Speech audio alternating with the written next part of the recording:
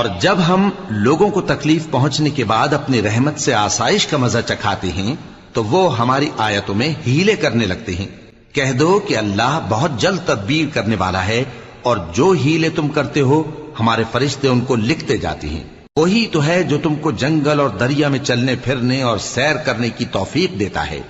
यहां तक कि जब तुम कश्तियों में सवार होते हो और कश्तियां खुशगवार हवा की मदद से सवारों को लेकर चलने लगती हैं और वो उस पर खुश होती हैं, तो नागहां जन्नाटी की हवा चल पड़ती है और लहरें हर तरफ से उन पर जोश मारती हुई आने लगती हैं